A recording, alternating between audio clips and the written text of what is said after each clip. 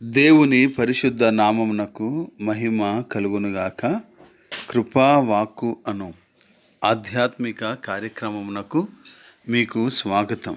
ఈరోజు దేవుని వాక్యము, కృపను బట్టియే హృదయము సిద్ధపరచుకొనుట మంచిది. హెబ్రీలకు రాసిన పత్రిక 13వ అధ్యాయము 9వ వచనం. ప్రియులారా, గుండె ఒక కండరం. ఇది ఇతర కండరాలు పనిచేసేలా చేస్తుంది. మన ఇతర కండరాలను చక్కగా అభివృద్ధి చేసుకోవడం మంచిదే, కానీ గుండెను కూడా బలంగా ఉంచడానికి కావలసిన దానిని చేయడం ఎంతో ప్రాముఖ్యం. అలాగే మన హృదయం యొక్క ఆత్మీయ స్థితి విషయంలో కూడా దేవుని మంచితనము, కృపల సందేశాన్ని దేవుని వాక్య సత్యమును ద్వారా విని అంగీకరించుట ద్వారా మన హృదయాన్ని బలపరుచుకోవాలి.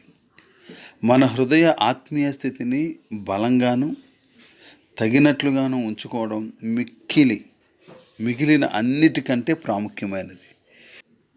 దేవభక్తి విషయంలో నీకు నీవే సాధకం చేసుకొను.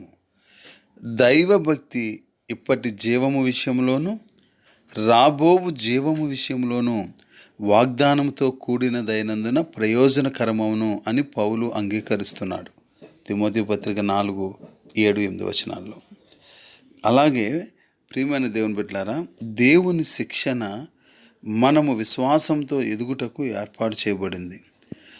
అదేవిధంగా మన హృదయము ఆత్మ సంబంధమైన విషయాలలో దైవ వాక్యము ద్వారా శిక్షణతో మన హృదయాన్ని కృపతో నింపుకుంటే మన మిగిలిన ఇంద్రియాలన్నీ కూడా దేవునికి సాధనాలుగా వాడబడతాయి. గనుక మన హృదయాన్ని బలపరుచుకుందాం ఆయన కృపను బట్టి, ఆయన వాక్యంతో. అట్టి కృప దేవుడు మనకు అనుగ్రహించును గాక. Amen. God bless you all.